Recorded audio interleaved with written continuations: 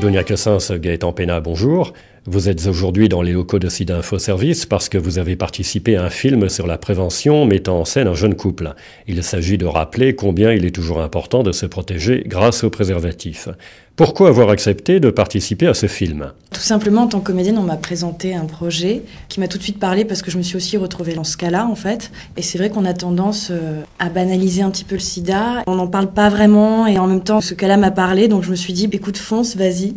J'ai trouvé que le projet était assez bien écrit aussi. Voilà, donc ça m'a parlé, j'y suis allée à fond, quoi. Je suis dans le même cas que Dunia. Ça me parle, ce genre de situation-là. Ce sont des choses qui ont pu déjà m'arriver. Et c'était important pour moi de raconter une histoire qui ait un sens et on va dire une utilité pour la société. Beaucoup de jeunes croient encore qu'on peut être contaminé par le virus du sida dans les toilettes publiques ou par la piqûre d'un moustique.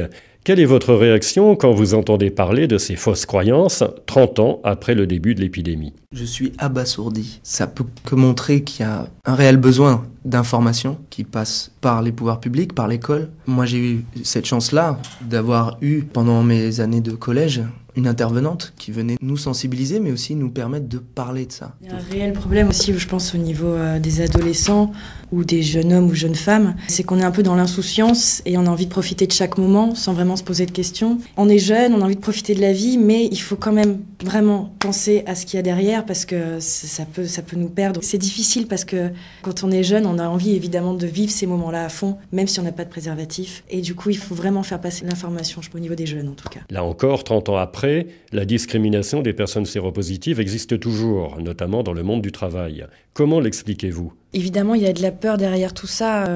Moi, je suis quelqu'un de mal informé à la base. C'est après avoir fait ce spot, justement, après vous avoir rencontré vous, que j'ai eu vraiment de réelles explications. Mais c'est vrai que quand on dit une personne est atteinte du sida, tout de suite, moi, mes parents m'ont dit...